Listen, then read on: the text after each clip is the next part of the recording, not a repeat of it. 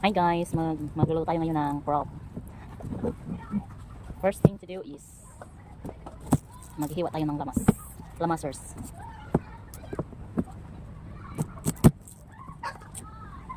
Lamas.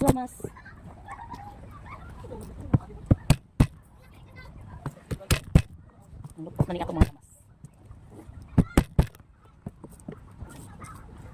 Maraming ahos. Ano sa ganito Tagalog sa ahos? Bawang? Maraming bawang, mas masarap. Maraming lamas, mas masarap. Lamas is lamas. Ang hirap naman ng Tagalog. Isang araw lang naman tayo sa Maynila eh. Yan. Isang araw at kalahati. Isang araw at kalahati lang pala. Chiriu.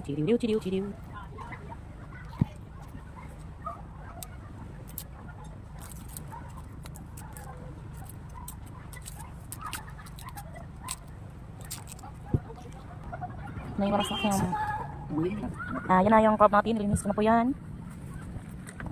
Nalinis na yan. Next is magpainit tayo ng kawali. ng kawali.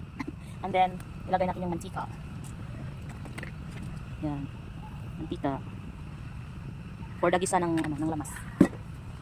Ilagay natin yung yung bawang. Bawang.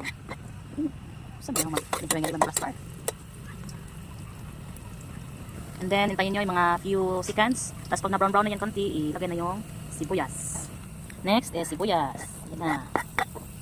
Then, 1 minute again. Palabasin lang natin yung aroma ng bawang at saka ng sibuyas. And then, lagyan natin ng konting margarine para mas masarap. Yan. And then, lagyan natin ng ketchup. Itansya lang natin yung ketchup natin guys. Yung wag naman yung medyo madami. Condense or iba.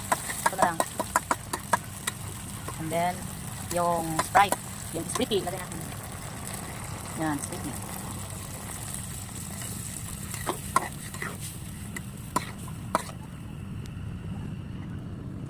And then, lagyan natin ng magic and then salt para pampalasa.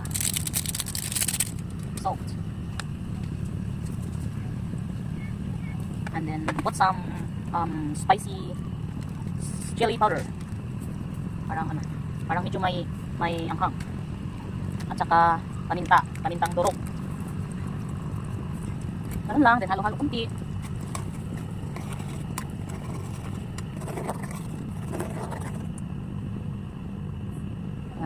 Wait tayo ng mga 2 minutes.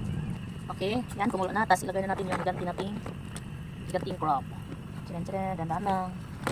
And then the small one. Yung galamay niya at yung sabaw. Yan. Isalin na din natin yung sabaw para dagdag lasa. Sabaw yung mga aligi. And then mix all of it.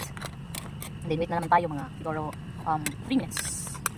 And then takpan natin para ma-relax siya dun sa ilalim. Para mas lutong-luto.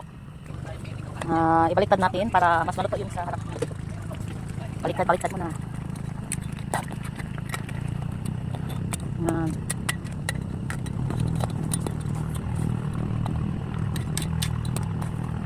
Okay, leave it again for another 3 minutes.